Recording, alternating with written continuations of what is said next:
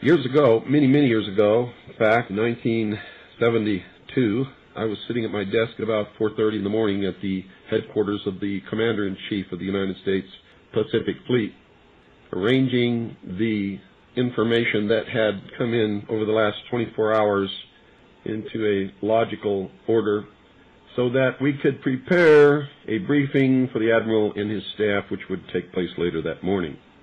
Among the papers I found on my desk was a document entitled Operation Majority, and it was not the entire paperwork involving this operation, but was merely a synopsis of the operation and projects contained under it. One of these projects was called Project Red Light. The purpose, according to this document, was to back-engineer captured extraterrestrial technology for adaptation into the United States space program. Now, I have since come to believe that the extraterrestrial portion of all of this is nonsense, but that the technology is real. I believe that many of us were shown these documents over the years so that later we would talk about it. I mean, how can you keep the existence of extraterrestrials, if they were real, a secret? And how could anyone keep quiet knowing that they had seen documentation, official government documents labeled top secret, that expressed that these extraterrestrials were real and had visited this Earth? I wanted to know just how true all of this was, and I began a program of research to find out if extraterrestrials were real. The first thing I did was collect every bit of documentation that I could find, both from the Freedom of Information Act, from the research of others, from books that had been printed on the subject of UFOs, and of course through my network of friends in the intelligence community. What I discovered was amazing. What I discovered, ladies and gentlemen, is that there has been a plan in existence since about 1917, and probably before that, to create an artificial extraterrestrial threat to this Earth in order to create a one-world totalitarian socialist government. One of the first documents that I found in my search was this one, the Imperial Japanese Mission 1917, a record of the reception throughout the United States of the special mission headed by Viscount Ishii. And when the Imperial Japanese Mission was in New York City, they had a dinner, and some pretty famous people spoke at this dinner. One of them was John Dewey. John Dewey is the father of our failing, disastrous public education system. Here's what he said. Listen very carefully. John Dewey, professor of philosophy in Columbia University, who was the next speaker, was listened to with great intentness. He said, quote, "Someone remarked that the best way to unite all the nations on this globe would be an attack from some other planet. In the face of such an alien enemy, people would respond with a sense of their unity of interest and purpose." Unquote.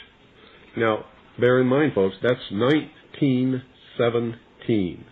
One of the next documents that I found, and I found quite a few, but one that's pretty important, is called the Report from Iron Mountain, the probability and desirability of permanent peace. Now, I encourage you to find this book, wherever you can find it. I don't know where you can get it, but find it. Page 66. Credibility, in fact, lies at the heart of the problem of developing a political substitute for war. This is where the space race proposals, in many ways so well suited as economic substitutes for war, fall short. The most ambitious and unrealistic space project cannot of itself generate a believable external menace. It has been hotly argued that such a menace would offer the last best hope of peace, etc., by uniting mankind against the danger of destruction by creatures from other planets or from outer space. Experiments have been proposed to test the credibility of an out-of-our-world invasion threat. And it continues on another page. Nevertheless, an effective political substitute for war would require alternate enemies, some of which might seem equally far-fetched in the context of the current war system. It may be, for instance, that gross pollution of the environment can eventually replace the possibility of mass destruction by nuclear weapons as the principal substitute for war. Are you beginning to get the message, folks? Poisoning of the air and of the principal sources of food and water supply is already well advanced, and at first glance would seem promising in this respect. It constitutes a threat that can be dealt with only through social organization and political power. But from present indications, it will be a generation to a generation and a half before environmental pollution, however severe, will be sufficiently menacing on a global scale to offer a possible basis for a solution. However unlikely some of the possible alternate enemies we have mentioned may seem, we must emphasize that one must be found of credible quality and magnitude if a transition to peace is ever to come about without social disintegration. It is more probable, in our judgment, that such a threat will have to be invented rather than developed from unknown conditions. Ladies and gentlemen, they have created so many alternate enemies in order to bring about their one-world totalitarian socialist state that we don't know which enemy to believe is real or is false, or whether to just toss them all out on their ears. And I think that that is probably going to be the best solution. Disarmament is no accident. All of these bills in Congress to take away our weapons is no accident. The intentional environmental pollution of our lakes, rivers, streams, oceans, forests, everything is no accident, as you just heard. These things were planned many, many years ago. All the bombardment of the public with movies about flying saucers in the 50s, right after the United Nations Treaty was signed and the UN Participation Act was pushed through Congress, and all of the incidents since that have convinced the majority of the American people that flying saucers are real and extraterrestrials exist, and that flying saucers are from an extraterrestrial origin. This is being promulgated in many ways, by television commercials, in the movies, in the newspapers, by creating incidents either real or imagined. I believe, because of my research and because of the extensive documentation that I've found and that is in my book, that this whole scenario has been created to give us an artificial alien threat from outer space. During the Reagan administration, he made 6 speeches, specifically talked about a threat from outer space by some other species from some other planet. 6, ladies and gentlemen. Why would the president repeat the same thing 6 times, tagged on to the ends of speeches by him? The speechwriters did not put that in the speech. Ronald Reagan added it himself. Perhaps we need some outside universal threat. I occasionally think how quickly our differences worldwide would vanish if we were facing an alien threat from outside this world. And yet, I ask you, is not an alien force already among us? What could be more alien to the universal aspirations of our peoples than war and the threat of war? This was a powerful suggestion to implant into the minds of the people of the world that there really is a threat from some other species, from some other planet to this earth. Now, you people out there have been ignoring the UFO phenomenon for too long. It has all the earmarks of the most successful, most sophisticated mind control operation in the history of the world, and you are ignoring it.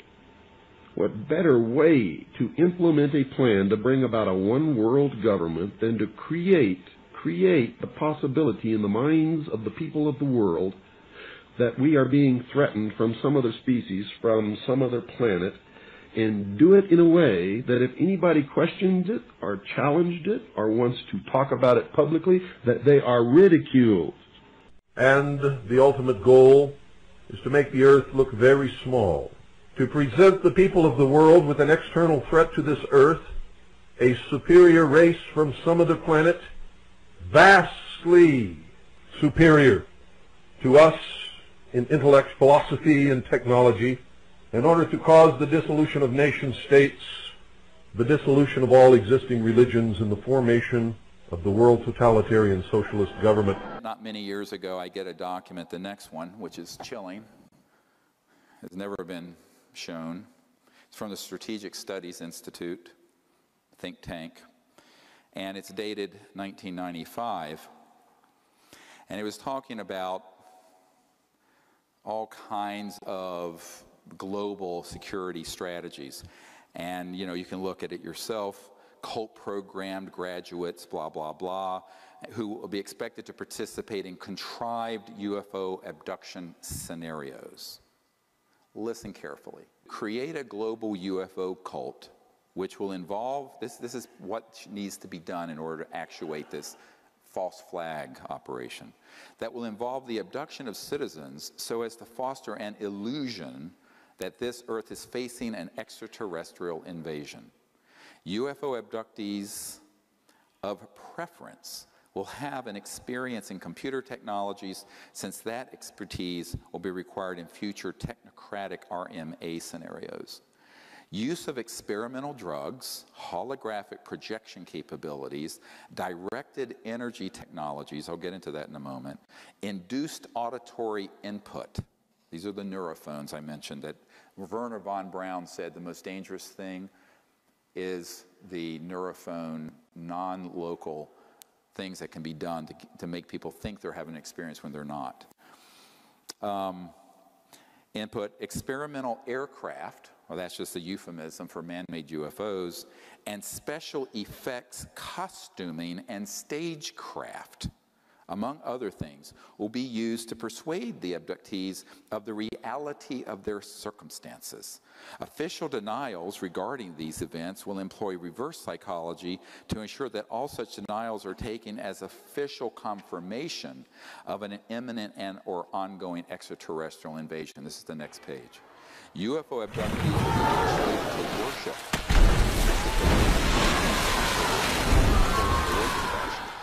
UFO cult networks will be controlled by U.S. intelligence to limit infiltration and ensure that dissidents do not disrupt UFO long-term agendas. Uncontrollable dissidents will be assassinated, preferably by directed energy means. Dissociative satanic cult graduates will handle all such executions, i.e., when not actively lending logical and theatrical support to UFO abduction operations. Number 3, directed energy surveillance and weapons technology of all types and caps will be used for purposes of spreading fear and confusion in the population at large under deniable circumstances, for eliminating persons deemed adversarial to U.S. national security interests, and for spotting, assessing, and manipulating potential recruits to the RMA cause. Neurocybernetics and other psychotechnologies will be used to sow confusion and hypochondria in the population. The symptoms and effects produced by these and other directed energy technologies will parallel the effects produced by various microbes, viruses, and chemical imbalances, thus compelling a large segment of society to seek medical intervention, which in turn will be a basis for their being used for medical experimentation under voluntary circumstances. Psychiatrists and psychologists will play an important role in these experiments, particularly where denying the efficacy of neurocybernetics psychotechnologies is concerned. Citizens who complain of hearing voices will be used as a basis for generously government-funded schizophrenic-related brain research, on and on and on. It goes on.